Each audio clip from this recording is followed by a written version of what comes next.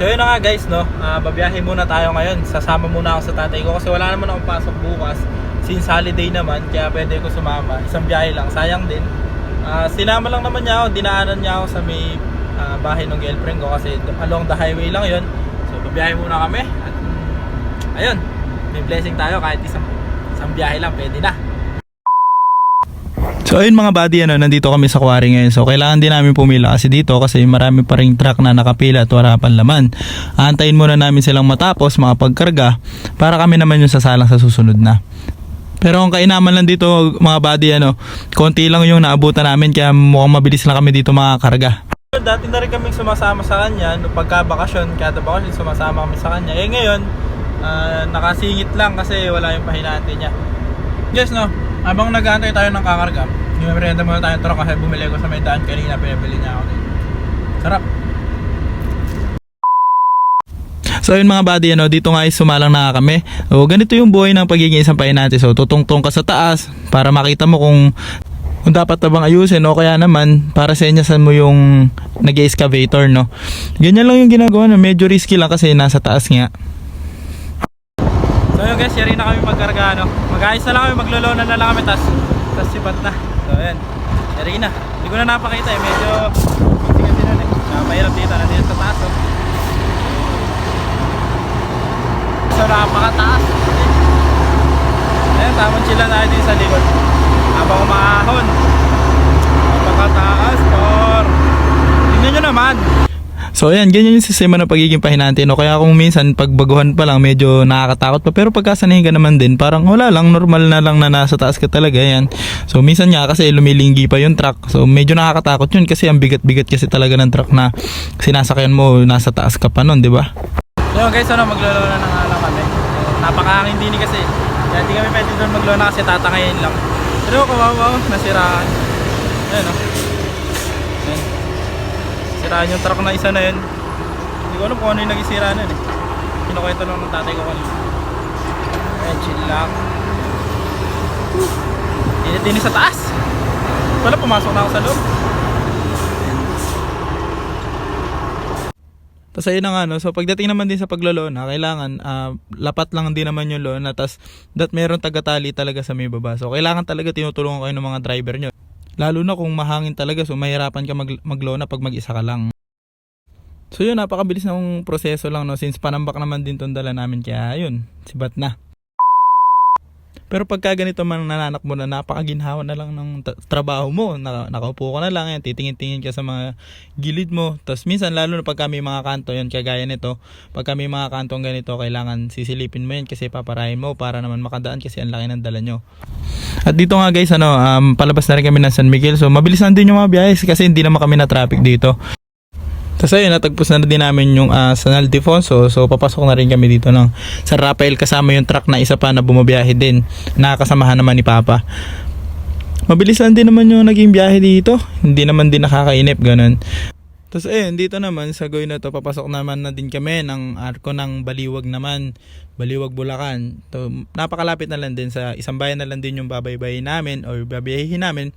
Papunta dun sa diskargahan na pupuntahan din namin. So ayun, dito naman kami ngayon sa may bypass ng Pulilan. So mapakalapit na lang talaga dito. So konting kembot na lang makakarating na kami sa diskargahan. So tara, samahan nyo kami. At yun na nga mga buddy, nandito kami sa diskargahan. So medyo mabilis lang din to kasi wala naman din ganong truck. Kaya lang naman kasi minsan nagtatagal sa mga site kagaya ng maraming pila, ganon.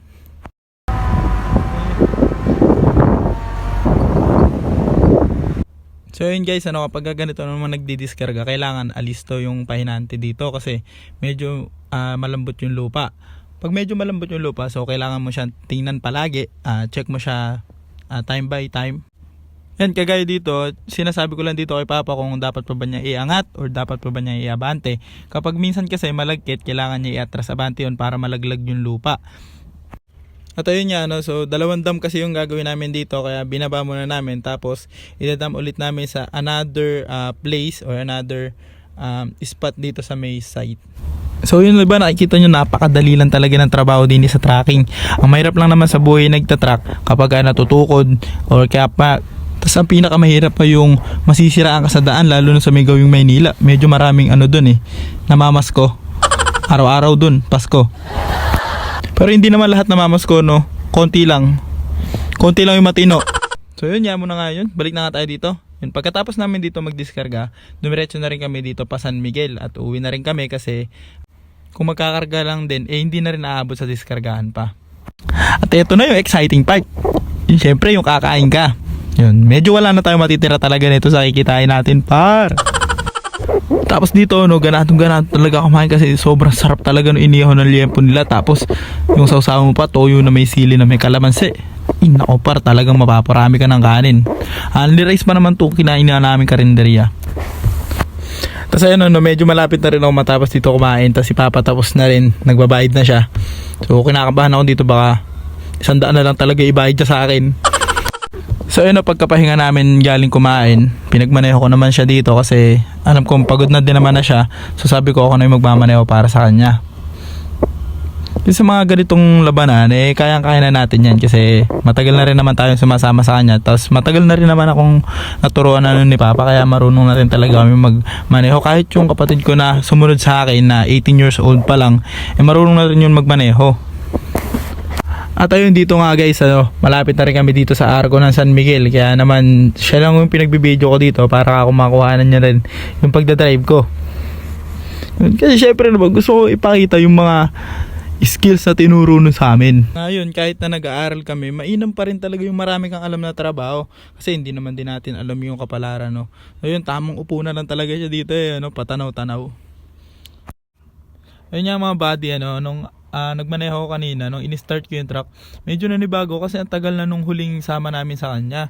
So ngayon, nag-aaral kami, ilang taon na rin. Medyo halos 1 taon na rin mahigit bago nung huli ulit ako nakasama sa kanya. Kaya naman medyo naninibago talaga, pero hindi pa rin naman nakakalimutan yung mga tinuro niya. Medyo kailangan lang kapain, kumbaga yung muscle memory kailangan lang gumana. Yun muscle memory. Buti pa yung muscle may memory no. Sa ere nga pala mga bating ho, sobrang dali lang din niya gamitin, malambot yung silinyador niya, ganun. Hindi kagaya ng mga floating, so yung mga giga ganun. So yun kasi yung una namin na ginagamit na truck, yung mga 10-wheeler. So yun guys, malapit na nga rin din kami dito sa aming garahe. Sobrang worth it talaga ng araw na to. Nakakatuwa naman kahit isang biyahe lang nakasama ako sa kanya. At pagdating ko naman magre-review pa ako kasi malapit na rin naman yung final exam namin. Kaya naman kung umabot ka sa video na to, mag-subscribe ka na. So yun guys, nandito na tayo sa garahe. So mamamahinga na, tapos na, nakaisang biyahe na ako nun. Ganun lang, easy money. So guys, tingnan mo naman 500 pesos kumita na tayo. Wow!